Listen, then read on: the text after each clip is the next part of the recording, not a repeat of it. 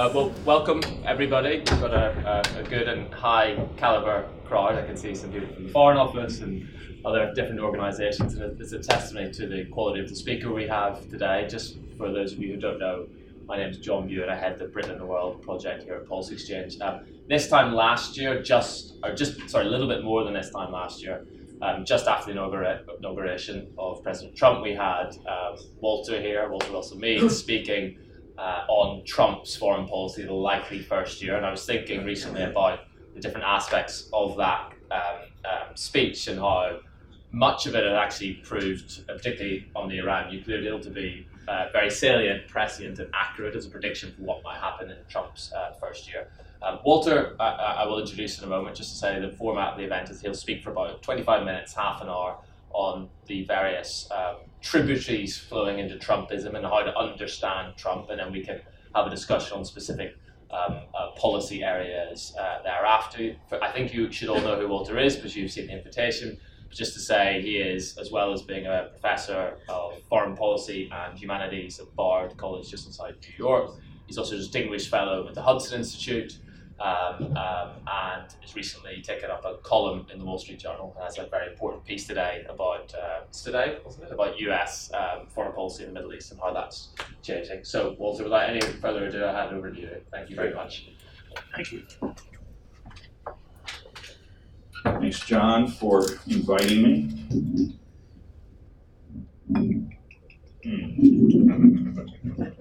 How's this? Good. All right. And it is great. It's great to be back here. I have to admit, when I was here a year ago, I was still stunned by the Trump phenomenon. As late as 11 p.m. on election night, I was confidently telling everyone there was no possible way he could win. So don't let John oversell you on my prophetic skills about Trump. I have, however, taken to heart the fact that I predicted for 2 years his imminent disappearance. He did not disappear. He grew more and more successful. And so I have tried to correct for the errors that led me to make so many mistakes about him. Unlike, may I say, a lot of my colleagues in the US who continue to double down with the predictions of imminent doom. They may be right someday, but I think for now it is more useful to analyze Trump's story, why Trump is such a phenomenon and try to figure out what he's trying to accomplish. And Trump's foreign policy is actually quite difficult to think about in a clear way. There are a lot of people out there who just, everything he does seems to violate the most basic canons of how one does foreign policy. He's loud, he's erratic, he betrays allies as easily as he appeases enemies. He seems to have no regard for any of the key foundations of American foreign policy for the last 70 years. And furthermore, there's just such a blur, such a chaos and tumult, people getting fired, people leaving, people issuing the strangest kinds of statements and communiques, that it looks wrong. And it's very hard to sort of think about, okay, what is moving it? There are obviously a few people, and even a few people not on Trump's payroll, who would say, well, all of this is the mark of superior genius. That we're playing checkers, he's playing chess, and not just regular chess, he's playing three-dimensional chess. And so it's our own stupidity that makes us unable to perceive the sort of order and beauty and unfolding design of Trump's policy. If I had to pick between the two, I think I would pick the first alternative rather than the second. But in fact, there is a kind of, I don't know if we want to call it method in the madness, but there are certain patterns, certain qualities in what he's doing that hang together as we try to understand what he wants to accomplish, how he sees himself in the world. It's not erratic entirely, and it's not unmethodical. But I think, all right, so how do you analyze policy of somebody who violates all your notions of, of how policy is made, how it's conceived of, how it's executed, where to begin? And it's the case that Donald Trump, say, unlike Ronald Reagan, who for many years before he became president was going around the country giving speeches outlining his philosophy of life, and he clearly thought these things through. We're not going to find, I think, when Donald Trump passes away, someone's not going to open a trunk and find sort of, volume after volume of carefully handwritten notes on Locke or Hobbes or whatever have it in his philosophy of life. That's not how he operates. He's an intuitive and he's a person who responds out of a sense of common sense and intuition that he doesn't necessarily think through. He hasn't necessarily developed a conscious philosophy of life, but that doesn't mean that there aren't consistencies and patterns sort of embedded in his views of the world that, have actually some coherence to them, whether one agrees with them or not. So Trump is doing two things that make it hard to understand him. The first is he is pursuing an unconventional foreign policy. His goals are different from the goals of recent American presidents, and his sense of priorities and how things work is different from other presidents. So it's a different kind of policy, but at the same time, he has a different strategy. It's a different approach to how do you conduct international relations. I think we are sort of spun around and confused by these two different elements. So I'm going to try to separate those for us tonight so that we can maybe see more clearly the order that's there without my saying, by the way, or prophesying that I think necessarily everything is going to work and he's going to be hailed as a new Metternich 40 years from now or whatever. But let's start with sort of some of the ideas that inform his approach to policy. First, John and I were talking about this a little bit before the talk. You cannot underestimate, or rather you can't, his contempt for people like us is enormous. He does not think that civil servants, professors, people like that have very clear ideas about anything or even that smart. If we were smart, he would say, why don't you own 25 golf courses, 15 hotels, and have a net worth of well north of $3 billion? He also has a highly developed sense of, in the old days one might have called it class privilege, but I don't think it's quite this. It's that he makes a strong distinction between principals, decision makers, and then underlings and spear carriers who run around. And so he would look at the average foreign minister and think, they're all spear carriers. The decision maker is the prime minister or the head of state, the big person.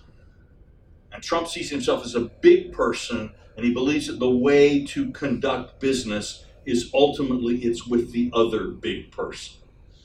That it's not to let yourself sort of get tangled up in this screen of underlings, bureaucratic consistencies. That's just something you do to put people off. And nothing that is said at that level and very little that is done at that level is of any importance. This is obviously quite different from the way we regard our work and ourselves. And so there's, to understand where he's coming from, we need to kind of be able to step out of our own sense of professional dignity and, personal integrity and these other things. he also, again, he is a foreigner to bureaucracy of all types. Not only has he never served in government, but the company that he's run is a private, non-publicly traded family business. And there again, there's the principal, the owner, and then there's everybody else, and everybody else's staff. And everybody else is there to serve a function. So I think he's brought this attitude in. He does not understand bureaucracy very well. He doesn't like bureaucracy. He has no patience for bureaucracy. And he fundamentally just doesn't believe in it. Doesn't see the point of it. Okay, fine, to keep the stupid lawyers off you, you have an Office of Human Resources. But that office is a cost center. And nobody in that office has any, the only thing they can tell you that is of interest is how to avoid getting yourself sued. Otherwise, they have nothing to teach you about anything, just forget them all.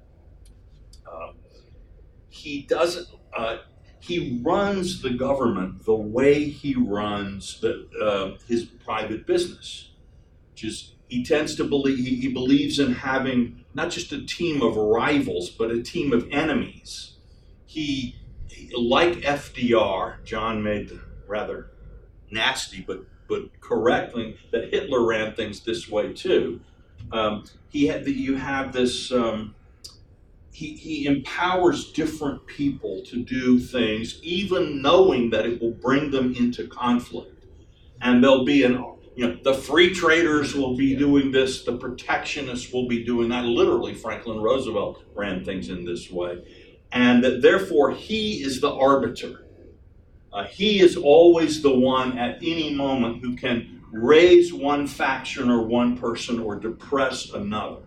And he sees this, people from the outside will often see this as an element of chaos and disarray, the churn of appointees, the dizzying changes of fortune. For him, it's a management tool and a very sensible and tested one. So we need to look at his approach. He is doing things that in his view have worked quite well, and he is not interested in anybody else's criticism. He's not interested in reading the actually wonderful books that have been written over the last 20 years of how the National Security Advisor is supposed to function, how the policy process is. He's just not interested in it. He is he's a theatrical producer. Okay? He's a reality television show host, an extremely successful one. It's interesting to think, what would Simon Cowell be like as a prime minister? But he understands the importance of the connection of theater and power. And he, particularly in a mass democracy, he doesn't think that you convince most people through rational discussion, but through spectacle, through narrative, through thematic presentation, through arranged events. So he was very quick to make sure he was there to welcome the prisoners released from North Korea. So he'll be close to success, far from failure, and very concerned with how do things look. Now, a lot of his critics say, well, this is vanity and it shows how superficial he is. That may be true, but it is also true that in mass democracy, he's not wrong, that spectacle and power are connected, and that a mastery of the dramatics of power can be a path to power and a way to maintain power. So he came out, let's never forget, he came out of left field, had never run for anything in his life, defeated the Bush dynasty, the most powerful family in the Republican Party, and a number of other very, very capable candidates, just demolished them one after the other, and then went on to destroy what everyone said was the inevitable Democratic Clinton juggernaut. all right? And he had less money behind his campaign in the primaries, and he had less money behind his campaign in the general election than his opponents. So for him, this is all a real world test that if you want to be president of the United States, you're much better learning how to arrange spectacles and a presentation of self than you are studying a bunch of briefing books or trying to get a bunch of journalists to write nice columns about you, about your grasp of Bosnia or whatever it might be.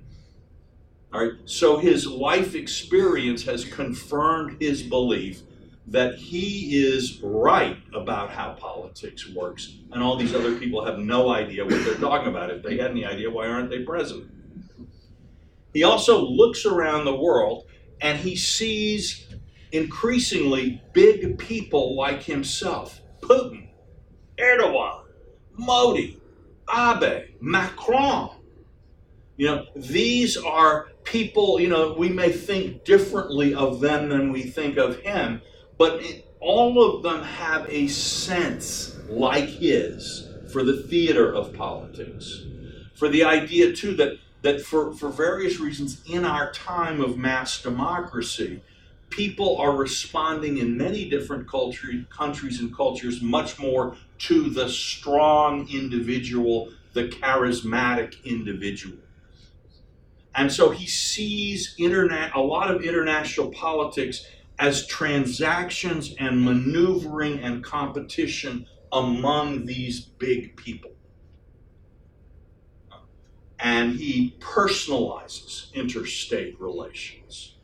So he might, you know, when U.S. airstrikes killed, 200 Russian mercenaries or something in Syria, it's almost like Don Corleone sending a wreath to the families. It's business, it's not personal.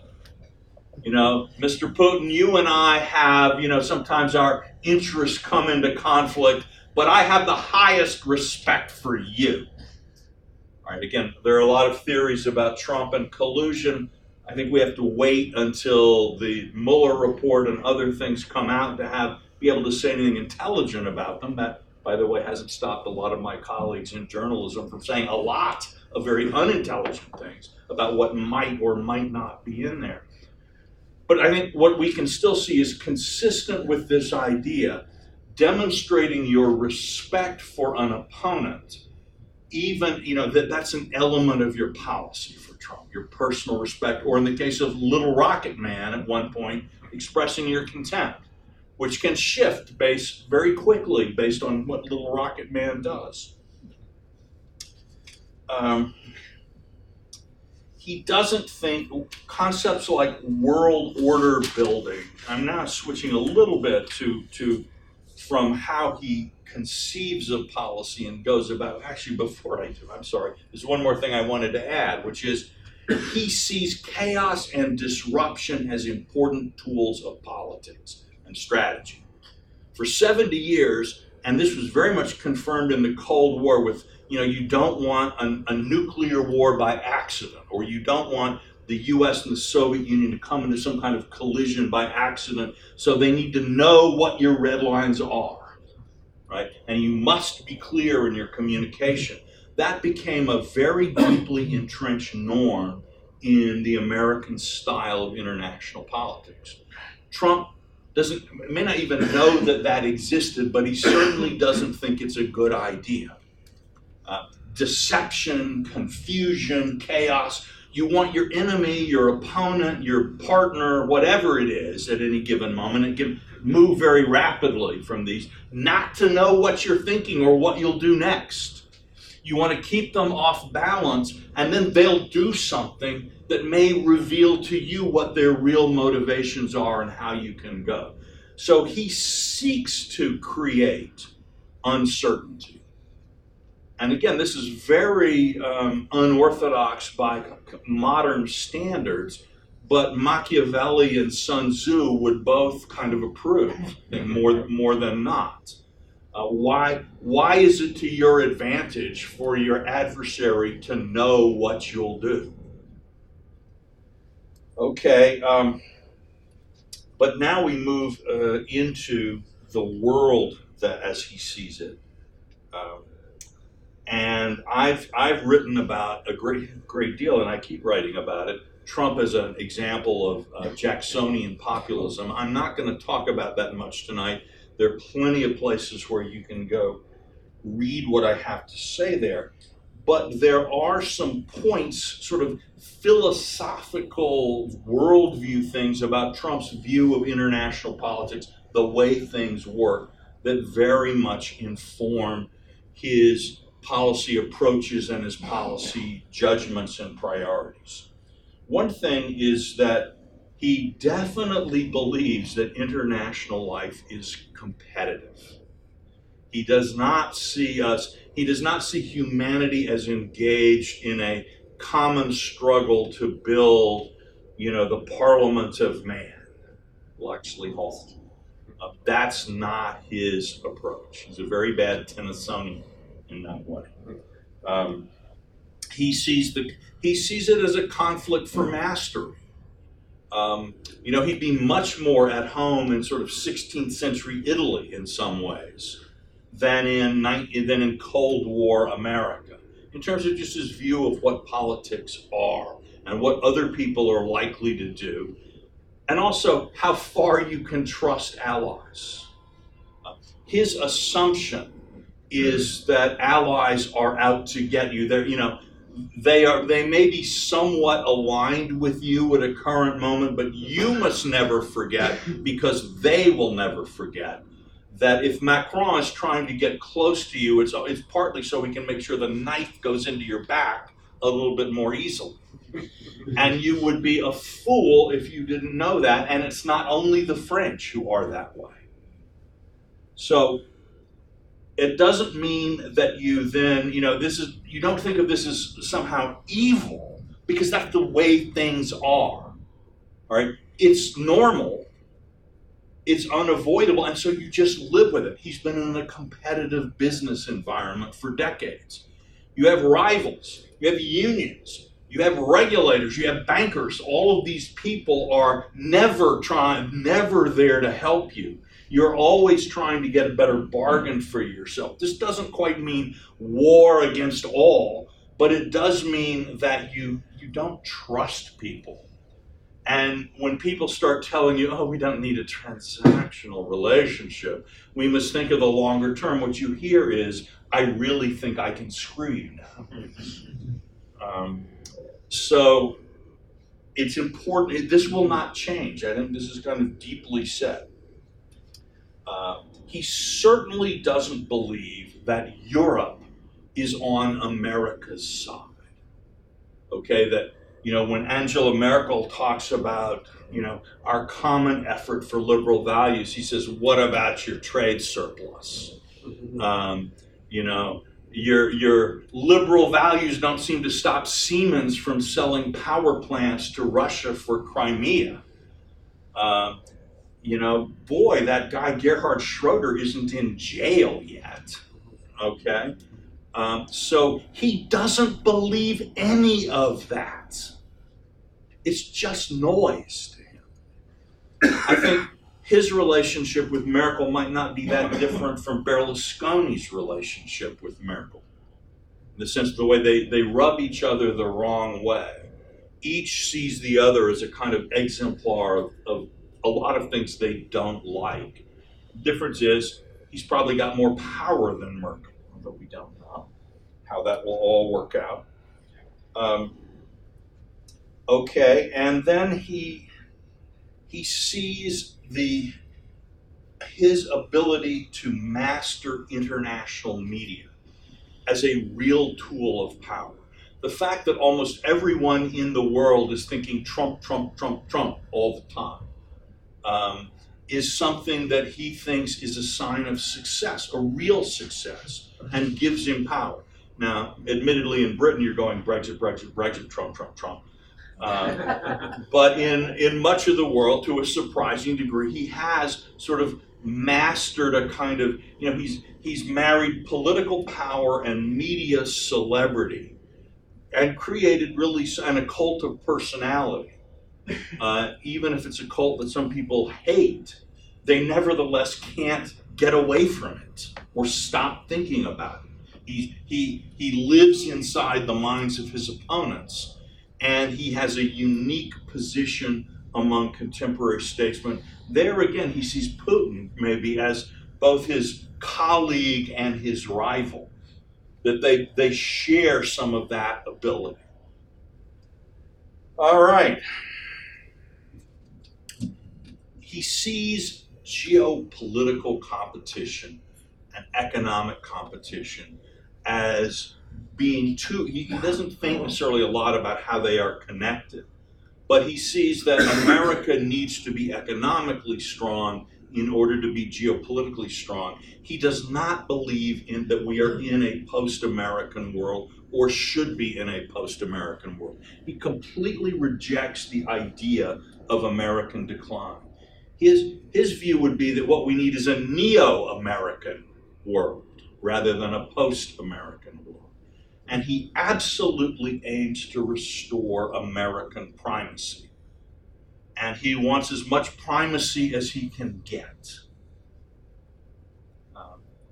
So I think at this point, one of the things that he sees is that of his three significant geopolitical opponents, Russia, Iran, and China, the three countries that have sort of overtly said they're trying to roll back American power, as opposed to the Europeans who say it more quietly. He sees Iran as the weakest, and therefore, in order to sort of have a demonstrable triumph, a victory, he sees Iran as the place to go. I mean, really, a war with China? I don't think so. Even a war with North Korea where China gets engaged, not such a great idea. Invading Russia, that's been tried. Sort of really putting yourself behind Ukraine, those people are hopeless. So in terms of where he can actually make an impact on the world that could reverse this sense of American decline and restore a kind of an elan to the American project, that's where he sees it. And I think he reads very negatively the opposition of Europe to this. He certainly doesn't see Europe's opposition to his venture and his approach to Iran as an example of an idealistic love, darn it, of peace and world order. He doesn't think anybody, except a couple of totally stupid college professors, thinks that way. What is that line of Spencer's? Women, fools, and boys. That's a very Trumpian thought right there. He sees it as a sign of Europe's silent collaboration with the idea of American decline, limiting American hegemony, and he just doesn't see any reason to give that any room. So, what's he going to do? That's harder to predict. You may have some questions about areas I haven't mentioned or policy areas I haven't mentioned. I'll be happy to try to talk about them concretely, but I will say that in his approach to conflict, he does not want conflict. What he wants is victory. Okay, those are different things. He wants to win and be seen as a winner. And from his point of view, getting in a war is not good. Again, nothing is more Sun Tzuian than this. The greatest general is the general who overcomes his enemies without fighting. So Trump wants theatrical victories. I think an example from Trump's point of view of great American statesmanship is Ronald Reagan had sent American Marines to Beirut on what he hoped would be a peacemaking mission. A bomb went off in their barracks and killed hundreds of them. And Reagan did not then send in another 150,000 troops and occupy Lebanon or anything of the kind. But what he did do was a very short time afterwards, he invaded Grenada. all right, and drove communism back in the Western Hemisphere and showed the world that America was back. This is a very shrewd theatrical use of power. Right? I think that would be, that is more sort of Trump's idea of a real success in foreign policy. And so in thinking about what Trump might or might not do, or where he will hope to drive things, I mean, he could blunder and end up in all kinds of other places, but that's where he'd like it to go. Well, those are some of my thoughts. Should we go to questions? Absolutely. Please take a seat, Walter. Thank you so much.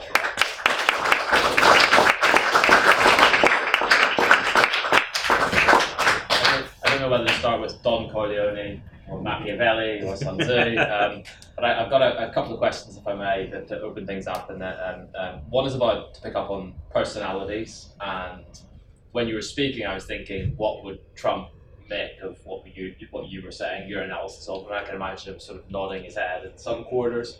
But there are others who are trying to analyse and get around him, because he's clearly, whatever he is, he's made a huge impact in the tone and the tenor and the structures and the way in which people approach American foreign policy. And there's been attempts to interpret what might be a Trump doctrine.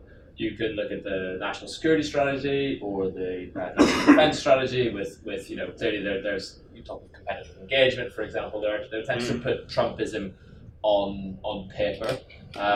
But first domestically and then internationally, my precise question is this: who has interpreted Trump most effectively and therefore been able to channel him in a certain direction?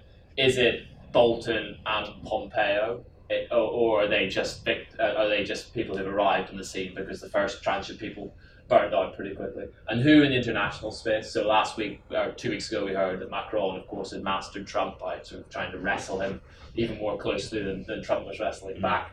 Who do you think, both domestically in the US political sphere, has played him most effectively for their own ends, or to their trying to get to their own point, and also internationally, who's played him most effectively? Well, it is interesting that you mentioned the national security strategy statement, the authors of which no longer work for President Trump. And I have a lot of respect and admiration both for H.R. McMaster and for Nadia Shadlow, who did a lot of the work there. And I actually think there are a lot of really interesting things in that strategy statement.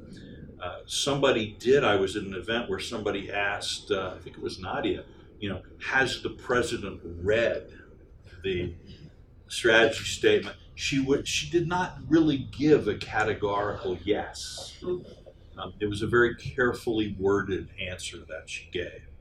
So I think, if I wanted to point out someone who seems to have made a success in the Trump administration, particularly in foreign policy, I would say it's Secretary Pompeo. It's very interesting to look. First of all, Pompeo has had a lot of face time with Trump. He figured out how Trump likes to be briefed and briefed him that way. That seemed, it seems like a very simple idea, but there clearly were people who never quite learned to do that. And at the same, the CIA was and perhaps is one of the most anti-Trumpian bureaucracies in the U.S. I mean, there were a lot of fights even before the inauguration. The Trump-Russia stuff has had, sort of been in and out of the CIA in various ways. It's not Trump's home base. But what's interesting is that Pompeo was very successful with Trump, and yet, from what one hears coming out of the CIA and around it, actually was pretty popular in the building too. So there is somebody who at least has been able to mediate effectively between the president and the national security bureaucracy, at least a chunk of it. I notice today on Twitter, where all of us now must turn for all news and all things Trump, that Secretary Pompeo announced the State Department hiring freeze is over. Any of you who've worked in a bureaucracy know, whoa, this is big. It is a wonderful introduction of a new secretary to the bureaucracy. And there do seem to be a lot of people at the State Department who want to work with, who see working with Secretary Pompeo as a way to actually do their jobs. Now, we'll see if it holds and works, but I think that's interesting. So that to me is an example of somebody who seems to have done it. In terms of abroad, I don't think many people, in some ways I think, well, Netanyahu has certainly had a lot of success with Trump, but this is partly because being pro-Israel for Trump rings all the bells at home. Sort of evangelicals are very happy about this, sort of Jacksonian patriots love it. Israel is a very Jacksonian country for all kinds of complicated reasons, and so that works for Trump. It's a place where the Republican establishment and the Trumpian populist base agree on that. So I don't actually see so much Netanyahu as imposing his own sort of clever strategy on Trump, as much as the two of them have recognized that their political and policy interests are aligned for various reasons. I think Netanyahu believes that Trump's backing can help him with Iran in a way that nothing else can, while Trump sees in Netanyahu an ally, what he would consider a real ally, an ally who, if you give them backing and weapons, will do a lot of the dirty jobs you don't want to do, and will do it because of, it works for them. So both of them have recognized a commonality of interest. If that changed, I think you would see that, that bromance end as sadly as the Macron-Trump bromance seems to have done. Okay, thank you. As there are questions in the audience, please put your hand up and state your name and organization, but your question can be as outrageous as possible. My name is Johannes. I'm from Providence in London. And, oh, sorry, I thought I had loud voice. So I'm Johanna, from Providence. And I'd like to ask, how do you, Walter, as an academic, see the role of traditional diplomacy in Trump era, and also the future of foreign service? I just read a book by Ronan Farrow, and there's a lot of discuss about declining foreign service, which started already before the Trump era, and I'm really interested in your view on that. Thank you. Well, I am now old enough to remember roughly 50 years of discussion of the decline of the State Department and the end of diplomacy. And it may have all been true for all 50 years. Look, I think what is true in this administration is true in any administration. For the State Department to matter, the Secretary of State must have the confidence and the trust of the President. Because only in that case is the President willing to delegate. I mean, President Obama did very, very little delegation to the State Department. Kerry had a couple of things where he worked, but even on the Iran negotiation, very much under White House-driven guidelines. There was very, very little independent diplomacy. And the National Security Council really kept its grip on things. So if Trump likes and trusts Pompeo and feels that his life goes better when Pompeo is doing his thing, then I think we could actually see a somewhat surprising resurgence of the State Department into the mix. But it remains, a problem. It's not, Trump's attitudes and his views run so contrary to the dominant professional and cultural ethos in the State Department that managing that relationship is quite difficult. I will just say this, while I think in some ways the State Department has been excessively sidelined, I do think one of the weaknesses of the American State Department is that it doesn't really understand red America. it is predominantly recruited from Blue America, and it shares the ideas and aspirations of Blue America. And it finds Red America as kind of alienating and frightening, as many of the people the State Department is interfacing with overseas. So that when you have a conservative Republican, and especially a populist president, often the State Department simply doesn't know how to represent that phenomenon, can't explain it, can't interpret it, and is horrified by it. So we need to find ways that the State Department can be more fully reflective, so that it can work better in in all kinds of political weather. Can I ask a butt in there? There's a few hands up. Can I ask a quick counterfactual, which is, if you'd not had the foreign policy establishment rebellion against Trump and the Never Trump letters and the decision taken during the stage he was at the primaries, but I think initially he was going up in terms of polling figures and looked like a sort of coming threat, but by far and away not necessarily a likely scenario, in a series of Republicans, of senior, influential, important Republicans who had a huge influence in the foreign policy debate, with experience, etc., signed a letter saying they would not serve for him. If that letter hadn't been signed, and a lot of those people, I think, probably still would have refused to serve under Trump, but a significant portion, I think, possibly might have gone in anyway, in a different context. Would you have a different U.S. foreign policy now? No.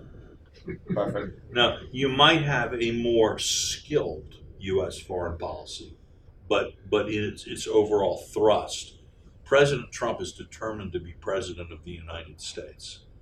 And he wants the foreign policy to reflect his ideas at this point.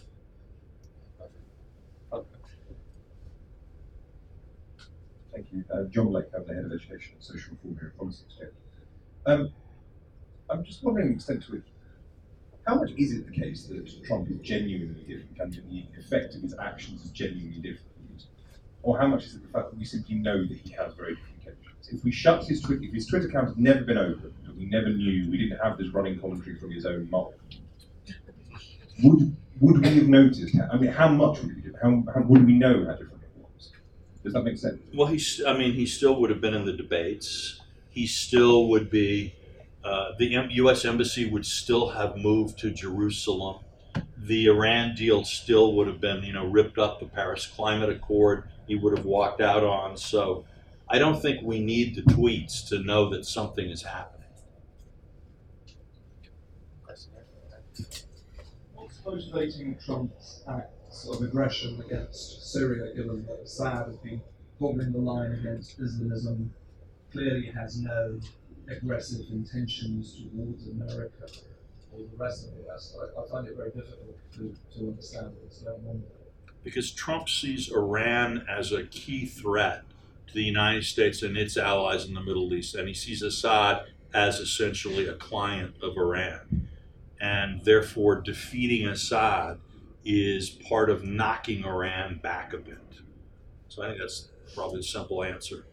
Could you say, in the first instance, though, the first missile attack after the initial chemical weapons attack was something different? It was less focused on Iran, more instinctive.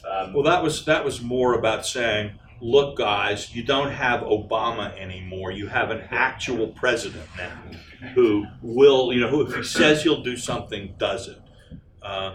I don't think necessarily that Trump will, but he wants to create that impression. So, but I think as he has focused more on Iran as the core, he sees it as an opportunity, not simply as a challenge. He thinks it's a weak country that's overstretched. He may be wrong about this, but he thinks that Iran is in economic trouble, that he's seen these demonstrations that go on in Iran. That its proxies are involved on lots of different fronts and lots of different battles. And so he sees opportunities in Iranian overstretch. I'm not sure he knows what he's going to do about it. And we can expect a lot of struggles within the administration as people try to sort of sort these things out. And no matter what, Syria at this point is one of the most complex situations in the world, and many people have tried to find a clear path through that and haven't. So I don't know where he's going to come to, but right now he sees, and this, by the way, this will be true of the Gulf Arab countries as well as of Israel, that the Iranian presence in Syria is the most important problem in the Middle East, and that the United States, that from his point of view, the U.S. and Israel can deter an Iranian nuclear program simply by destroying whatever it does that they can find. They can deter or stop it. So they are, unlike Obama, who saw stopping the nuclear program as the key to getting stability in the Middle East. Trump actually sees stopping Iran's regional expansion or regional strategy as the key to getting a good result in the Middle East. So for him, Syria is a thornier problem and one that he wants to focus on more than the nuclear thing, which he thinks, perhaps wrongly, he has an answer for. Gentleman on the back row.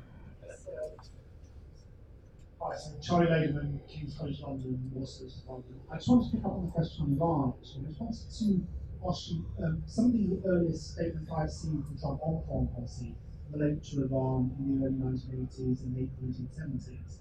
I was just wondering whether you thought that coming of age politically around the time of the Iranian hostage crisis played any impact on Trump's mind, and whether whether Trump's personal history of the way in which he saw things and saw that as one of the great embarrassments of the 1960s experiences in the Carter presidency plays any role in the way in which he sees Iran today. I think that is a factor for him, although I wouldn't exaggerate in the sense that the struggle with Japan was a big issue for him, and he's put that baggage aside in dealing with Abe. And similarly, the Soviet Union as the great enemy has not shaped his approach to Putin. So he's not a prisoner of his past in some kind of mechanical way. But I would also say that there was something that probably he has some sense of during the hostage crisis. There was all this sort of the moderates in Iran were always saying, "Oh, work with us against the hardliners and we'll free the hostages." His sort of sense is that believing that was part of the Jimmy Carter idiocy that made it such a disaster, and that the sort of good cop, bad cop Iranian thing of let's us moderates work together against the hardliners on both sides. I think he is maybe even over inoculated against that idea. He just doesn't buy it. Do you have any perceptions to give us about North Korea? Do you think what Trump has done has actually managed to loosen this up a little bit more than would have been the case if the Obama policies had continued? And do you have any idea about what's going to happen if this Singapore deal goes ahead? Well, I think that, I think there are two things that we can be fairly confident won't happen. One, we can be pretty confident that the Kim dynasty will not give up its nuclear weapons. And two, we can be pretty confident the United States won't start a war on the Korean Peninsula. So that whatever happens lies between those extremes. I think, as I kind of understand it, we've all been living pretty peacefully with North Korea. North Korea is a nuclear state and has been a nuclear state for a decade. It's had nuclear weapons. It has no plans to give them up, and no one has any plans to send anybody in to take them away. The problem, and we all sort of, life went on. The problem is that if North Korea sort of clearly has the capacity to attack the U.S. mainland with ICBM-based nuclear weapons, it's not so much that the U.S. then becomes afraid of North Korea. Again, we've had lots of bad people have had lots of bad weapons that could reach us on missiles for a long time. It's that if North Korea were, hypothetically, if North Korea then attacked Tokyo with a nuclear weapon but hadn't attacked the United States, would the United States retaliate against North Korea at that point, knowing that North Korea had then the capacity to destroy a significant chunk of the United States?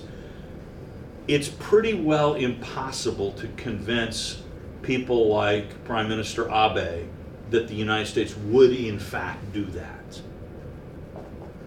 And therefore, the development of North Korean missiles that can reach the United States seems to bring an end to the idea that the American nuclear umbrella protects Japan from North Korea.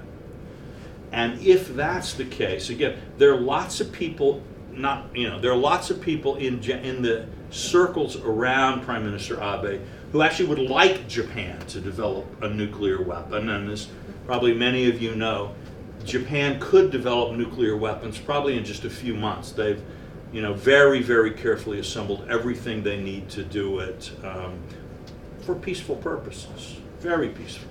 But they have the ability to move quite quickly should they want to. And again, from the U.S. standpoint, during the campaign, President Trump actually, then Mr. Trump said, maybe that'd be a good idea. If Japan had nuclear weapons and South Korea had nuclear weapons, then China's basically contained. North Korea's contained. We can bring our troops back from Korea. We don't have to pay all that money, and yet our foreign policy objectives have been accomplished.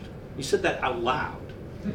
And there was, which is again the kind of thing that no one of the last 30 years in these circles says, even though the smart ones all know it's a real possibility. The dumb ones don't. And then, and U.S. leverage with China over this has been that Taiwan would also get nuclear weapons in such a scenario, and probably with Japanese help. And this would be an extremely humiliating and, from a Chinese point of view, quite frustrating. So, in fact, China has cooperated, and I think was cooperating earlier this year, to help put pressure on North Korea to stop the development of the ballistic missiles. That's the flashpoint for China and for Japan. That's the flashpoint, not the existence of the nuclear weapons.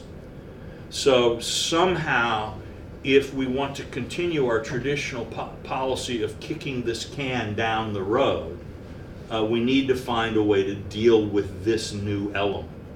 That, I think, is what Trump has been trying to do in his way.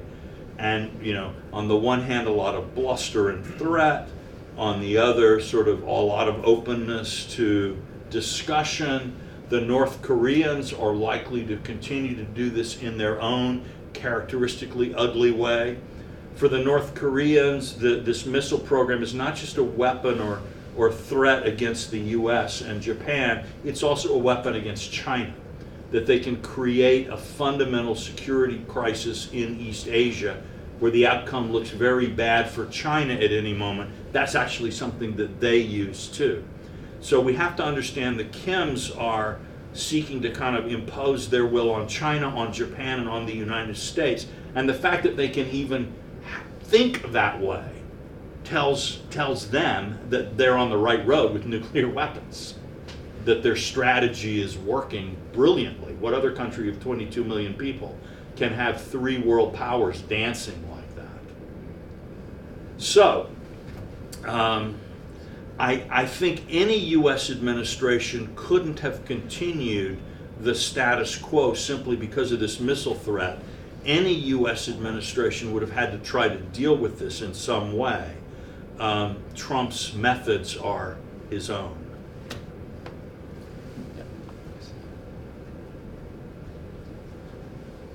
Hi, I'm Matt Rooney. I'm an energy policy researcher here at Policy Exchange, but I'm not going to ask you about climate change or anything like that. My question relates to the fact that you compared Donald Trump and various people in your speech, but the person who he most reminds me of is Rupert Murdoch. And I remember reading about Rupert Murdoch coming to the UK and really desperately wanting to be part of the aristocracy and accepted by the intelligentsia and so on. And I think you get the idea that there's a little bit of class envy with Donald Trump, that he desperately wants to be accepted by the upper classes and the royalty and the intelligentsia, but because he's not accepted, he hits them and rails against them. New York is a tougher town than that. You know, there may have been times in his life where he just felt terrible that Nancy Astor didn't like him, but I don't think they were that numerous. It is true, I think, that you know the people whose respect he really wants, and to a certain extent hasn't had, are other New York City billionaires. Although when I've talked to some of these folks, and New York is an amazing town, somebody like me can know billionaires. What I hear is it's not that they don't respect him, it's that they don't like him, which is quite different. And often the reason that they don't like him is because he screwed them out of some money. That is that, you know, he made a commitment to do something, they acted on it, and he didn't follow up. And in their view, he sort of, you know, he broke even the rules of New York real estate, which there are not a lot of them. You know, what is it they used to say? You know, that man doesn't even live by the law of the jungle. All right, and so in that sense, actually, you know, he has the recognition that he might want. So I think thinking that he's a wounded, tender, broken, bruised ego, and that we need to, if we could only find a way to solve and smooth that, everything would be fine. I don't think an invitation to Buckingham Palace would clear it up. That was the subtext of that question. Yes, there's two gentlemen here. If we could take this. I wish to know, do you think he will return to the mainstream at some stage? Because he used to talk about opposition to NATO, but he later on changed his mind, and also about the EU, he's developing relations as well. Do you think he will change his mind on other issues as well? Well, you know, I'm not sure that change his mind is how I would describe what he's done. For Trump, making a statement is not committing yourself, you know, you don't have to believe something to say it. All right? He sees statements as political tools to be used for certain purposes. He believes that a statesman actively tries to confuse others. So he would say this week, I'm never going to work with those stupid Europeans again. And then 2 weeks later, he might say, you know, I had this wonderful phone call with Mrs. May, and she just persuaded me that we really are allies. And then 3 weeks later said, I've had it. All right? So you can't, I wouldn't try to assess Trump in that way. I think what you have to look for is decision points. But again, it's much easier for him to change his direction in response to a perceived opportunity than it is for maybe some other leaders. Gentleman behind and in front. Gavin McNichol, Eating Intelligence. One of the uses of force which we're seeing more prevalence of from Russia, China, and other actors is in the cybersphere, and we see interference with elections and so on, and the creation of social media campaigns and disruption. How do you think Donald Trump thinks about those kinds of projections of force upon the United States, and how is his worldview, or the way you describe it in affect how he might react to that? Well, I'm not sure how thoroughly he's been briefed on sort of, things like robbing banks and, intel sources and that kind of thing. If it's, but he also, again, Trump, when he doesn't have a solution, or at least a slogan, he doesn't like to make a lot of noise about the problem. So, what was it? Teddy Roosevelt once said that diplomacy is the art of saying nice doggy while you feel around behind you for a stick. And for Trump, I think, in a sense, the problem is if you get everybody energized about cyber war and cyber attacks, and oh my goodness, your kids doing their homework upstairs, or the prey of unscrupulous international criminals, and you don't have a fix for that, what's the point? For a Trumpian kind of politician, or maybe any politician, it actually kind of makes you look weak and bad. But I wouldn't be surprised if he is enabling people behind the scenes to work very, very hard on coming up with some approaches, and that he might be willing to think outside the box about that as he is about other things. Gentleman just in front. Well, you're asking me to read Trump's mind. I have limited psychic powers, I'm just saying. I'm sorry you said that, because my question is going in that direction. I'm a Dane living in this country, and I am extremely afraid of the American president. I don't think that he's totally stable, quite frankly, in his mind. I'm also afraid that everything he does, certainly on the domestic front, would never lead to a disaster, because the American press, American politicians, they just excuse him in the analysis of why he did it. There's always an excuse, well, that's just the way he is, and we have to accept it. So I'm talking about what could happen, and this is about foreign policy. Mm-hmm. And I want to get your view, not an analysis of what he is doing, because many of the things to me look absolutely crazy, but on his stability mentally. What is the chance, the probability over the next 3 years that he will do something disastrous in the world? Well, you actually have two different questions there. Is Trump stable? And will something he does be disastrous?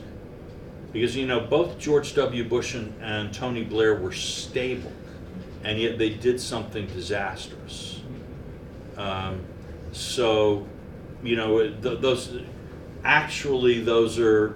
Those are different questions. And I think I don't worry as much about his mental stability, in part maybe because the things I've been talking about tonight of being able to see patterns in his behavior and see a kind of a rationale in his own, that makes sense in his terms, even if it's not a rationale I want to use or would buy. I feel there is a consistency even in Trump's inconsistency. So I don't have myself the sense of this is some kind of raging lunatic who at any moment might just decide to push the nuclear button because finally he's just had it. I don't think so. Could he, broader question, could things go wrong with a Trump presidency in international affairs? Absolutely. I think to some degree we've already seen that the inability to bring the full kind of brain power of the government to bear, so that if he makes Syria policy, he's actually got a lot of input from people who know quite a bit about Syria. All right, I don't think, I think that can lead to real problems, and I see gaps. So I could see things going quite badly wrong. I could see things going unexpected success. During I did not vote for Trump, and I wasn't tempted to vote for Trump. But during the campaign, I did talk to one Trump supporter who's now in the White House, Larry Kudlow, the economic advisor, and he made the one argument I heard during the campaign that made some sense to me as an argument for Trump, and that was, if you could get American economic growth up, to 3 to 4% rather than 2 to 3%, over a period of a few years, a lot of things that now seem out of shape, both in America and in the rest of the world, could get a lot better. And that Trump's deregulatory approach and so on, some elements of the tax policy, Kudlow certainly wouldn't add the protectionism as being part of what was good, might have that impact. I don't know. If I knew the answers to things like this, I wouldn't be here wasting my time talking to the policy exchange. I'd be off like trading, Euro futures and things and getting as rich as Donald Trump. The gentleman over here, and then a question back there. Time for a few more. Regarding domestic politics, what do you expect in the midterm elections? Time works very differently in a Trump administration than in normal times, because a month these days is equal to about a year of normal time. And so we are, 6 years away from the midterm election by that measure. What will be happening at home? What will be happening with the Mueller report? What will Trump be doing? What will people think about it? It's clear that Trump is very focused on doing well, and he seems to have understood that losing the House could mean trouble for him. Although, again, I imagine he thinks about Bill Clinton, who got impeached by the House, and it helped him politically. And it was interesting that he intervened. Most people say his interventions in the Republican senatorial primaries were sort of well judged and effective, unlike maybe some of his earlier interventions. Looking at the polls, the Democrats had the sort of average of leading polls showed the Democrats ahead by as much as 13% on the generic ballot in December. As of today, I think it's 5.3%. You project that trend out. Most people think that to retake the House, the Democrats probably need about at least a 4% advantage on the generic ballot to get the swing they would need. So who knows? And then you have the question of turnout. Will Trump supporters be fired up and turn out in all kinds of great numbers? Or will Trump opponents be turn out in great numbers? Or will they just all be burned out by a year of Trump?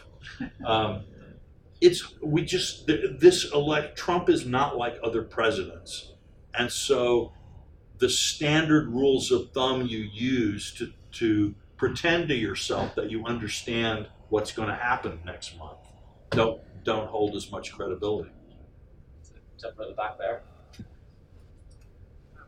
Regarding the US and China, the long-term place of technology between the generations, do you think Trump is an effective deal maker, or is he actually sidelining a lot of institutional expertise and think tanks, whatever inputs from yourself?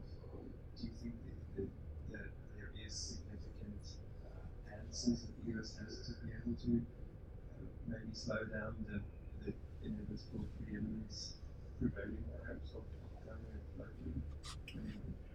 Well, I don't think Trump would accept the characteristic that our task is to try to slow down the inevitable preeminence of China.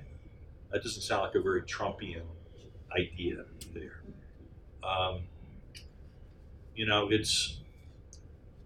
I think there is a sense in which, independent of Trump, the American establishment, economic as well as diplomatic and security, has worked itself into the belief that our attempt to engage China as a responsible stakeholder and promote domestic liberalization by integrating China into the global market, that strategy failed.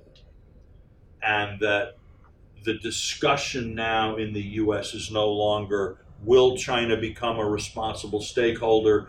Is there something we can do to get it to become a more responsible stakeholder?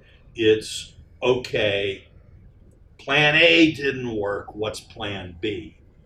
And that clearly seems to focus, and you'll hear this from very, very liberal Democrats, as well as very, very conservative Republicans, on dealing with issues like IP, cyber hacking, other kinds of things. There are ranges of issues. These involve new technologies and new kinds of companies that didn't exist 20 years ago. And so one simply can't go into the economic policy toolkit and take out a standard tool to use them. And there are all kinds of implications. One thing that I think Trump did with China, that even if this wasn't the best way to do it, is smart and will be part of American policy in the future, is he was willing to put the security and the economic stuff together. And has basically said to China, you want a better deal on trade? Well, help me on North Korea, and let's see what we can do. I can be good to you or I can be bad to you. It kind of depends on what you are to me. So we're likely, I think, to see a period of experimentation in the US and in China as it seeks to respond based around this. But I also think that one of the interesting things that is keeping Europe and the United States from flying as far apart as they could in the age of Trump is the sense in more and more of Europe that China is an economic threat to European prosperity, and even, if you talk to some people in Germany, social order. That China seems to have identified the German automobile industry and the German machine tool industry as preeminent targets of the next step of its economic development. And that is a little bit concerning. So we may find that the West continues to, and this was, John's work on the early Cold War makes this point as well, that we've tended to all along come together less because of our sort of unstinting natural love and admiration for each other, as the fact that other people keep acting in ways that drive us together. And that China right now may be strengthening an Atlantic community that otherwise could be in real existential crisis. I'm going to ask the last question with the chair's prerogative. And since you mentioned my book, I'm going to mention a couple of yours, but it's as a prelude to a serious question. I'm also delighted that no one in the audience has asked, is the special relationship special anymore? But I'm going to ask a more sophisticated version of that question, because yesterday you gave evidence at the Foreign Affairs Select Committee. I remember a Sunday Times article, it must have been about 6 years ago, so early-ish into the Obama administration, when you said that the UK was caught in the slipstream of an incoherent American grand strategy. So my question is not about the special relationship. It's not about how we should handle Trump. Well, we're as incoherent as ever. That's and you're still in the slipstream. We're still in the slipstream. But my question to you is the question you weren't asked yesterday in the Foreign Affairs Committee, because you've not only written about America, you've written about the UK's strategy, foreign approach in the past, worldview. What would you do if you were in charge of British foreign policy, given that Brexit is done. Well, it's not quite done. Sorry, my apologies. Right. But Yeah, I understand there's some problems with that. There's some challenges, but what would your sort of guiding precepts or instincts be for if you were to, if you had dual citizenship, say, and you came over here for a safe space away from President Trump for a few years? What would your advice be? Well, I think Britain has to clarify some choices that are really quite difficult. I mean, I'm actually struck by how often when I ask people in Britain, well, what will British foreign policy be like after Brexit? I hear, well, high up on the list, well, commitment to a rule-based order, right? That's just like this central lovely thing. You were in the world's strongest and most effective rules-based order, and 52% of you voted to get the heck out. So I'm not really sure that that's, maybe that's what a lot of Remainers are saying, who probably are more heavily concentrated in the Foreign Office and other places than in the population at large. That, the real thing is, the question that seems to have led to Brexit is a sense of, what does it take for Britain to be an independent nation? An independent country, a quest for independence, which is very different from asking, how do we do our small part to advance this global project of world order? And so it seems to me there is very much an unresolved question in British society of what kind of country is it and where does it want to go. I mean, it's not entirely clear to me how many Britons there will be, or successor states to the United Kingdom we'll see in 10 years, 15 years. I was beginning to think, well, maybe we should offer the compromise. We'll take Northern Ireland as a 51st state, Careful, I'm from Belfast. This is very dangerous. Well, actually, that would be bad. I wouldn't want you to be an American historian. Too much competition. But it is it's kind of a, there's so many fundamental questions about British identity. Interestingly, in some ways, you're leaving the EU after some successes that didn't satisfy you. So enlargement was really a British project in many ways, and the single market. So Britain had an significant impact on the EU, but at the end of the day, it didn't like what it had helped to build. So what do you want? And I guess if I were, if a unfavorable providence put me in charge of British foreign policy, that's the question I would have to ask. And so far, I don't hear. I suppose a Corbyn Britain would have a very different foreign policy from a May Britain. I'm not quite sure what that would look like. I'm not sure how much Corbyn has really thought about that. Is it the Assad Brotherhood League? I mean, I don't, is it, the Greek, let's form an axis with, I don't know. I'm sure there are people who've thought about it, but the fact that that is now, potentially on the table as Britain's direction, so very different from anything that has been on there, as you pointed out. Bevan and Attlee basically were the architects of the Cold War. When British Labour first became, took reins of government, the amazing thing was the degree of continuity between their policy and Tory policy. If anything, they were tougher. So,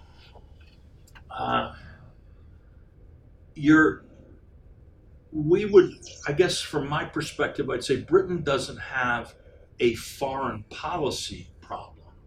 It has a who is Britain problem. What is Britain for? Why is there a union? Why do people care? Why should people care? those things, you know, you can have answers in terms of identity politics. We're British because we're British because that's a problem. Well, the answer used to be we're British because we're bringing Protestantism and the gospel of God to the world. And we're British because we are creating a Pax Britannica and a worldwide system. Who are you and what are you doing? I don't think British foreign policy will make a heck of a lot of sense. I'm sure you'll be dealing with this issue and that issue. But until someone, some party, some leader, someone gives a convincing picture of what Britain is for and what it is. I think all these issues would be solved by the royal wedding at the weekend. So this is concern. I think that's, you know, just terrific. You know, I want to go on record as being really glad. Well, on that very happy note, thank you, ladies and gentlemen, for all your questions, and thank you, Walter, for another masterclass. And I hope we can bring you back next year to answer these questions as to what Britain's for, because we certainly don't know. Well, I hope you'll come over and tell me.